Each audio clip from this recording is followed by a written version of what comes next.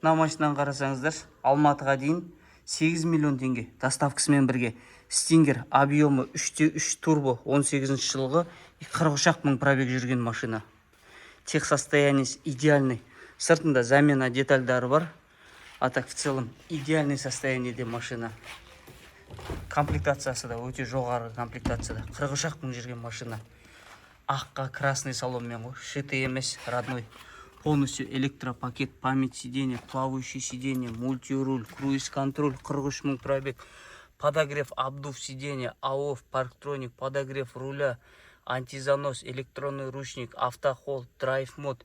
Бәрі бар ғой машинада, не керек, бәрі бар. 8 миллион теңгемен машина Алматыға дейін келеді. Доставкасымен, экспресс доставкамен. Қара крыша, 3/3 турбина. Хабарласып тапсырыс беріңіздер, экспресс доставкамен жеткізіп береміз.